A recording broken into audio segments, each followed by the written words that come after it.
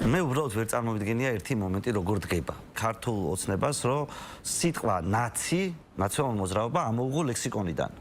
და ისინი ჩვეულებრივად მუშაობენ, ყოველდღურად ინტერვიუს იძლევიან, პარლამენტში კანონები შემოაქვთ, სიტყვით გამოდიან, ტელევიზორში გამოდიან და უცბად იმ ადგილას ნაცს სადაც ხმარობენ, რასაც ლაპარაკობენ და მარტო ამაზე ლაპარაკობენ, შინაარსობრივად ყველა ნაცია. ანუ არა ვინც არ უნდა იყოს მათი მოწინააღმდეგე, ყველა ნაცია. ფეხბურთზე რო იყოს კამათი, რომელიღაცა გუნდი ნაცების წარმომადგენელი იქნება. აი ამ სიტუაციაში, როდესაც დავამთავრებთ ნაცებს, რო შეასრულო დაპირება ნაცები დავამთავრებთო, მე ნაცების ადგილს ვინ დაიჭერს? რითი უნდა ჩაანაცვლონ ქოცებმა მტრის სინონიმი ნაცები თუ არ არიან?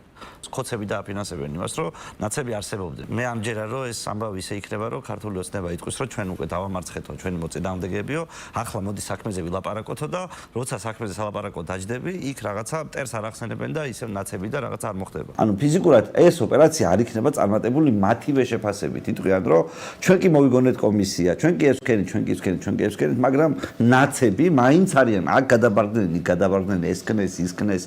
ნაცები როგორ უნდა აკრძალონ? უბრალოდ დააკვირდით ქოცებს, ქოცების ნახევარი ნაცია ყოფილი. საკუთარ თავს ხო არ აკრძალავენ. რასაც აკეთებენ, შინაარსობრივად გარდა იმისა, რომ ბიზნეს ხასიათი განსხვავდება მისას ხასიათისგან, დანარჩენ ხო ერთ და იგივეს აკეთებენ. ერთ და იგივე წესრიგი აქვთ, მართლმსაჯულება ერთ და იგივე აქვთ. ანუ ვის კრძალავენ, რას კრძალავენ, ეს ხო უბრალოდ აბსურდი არის.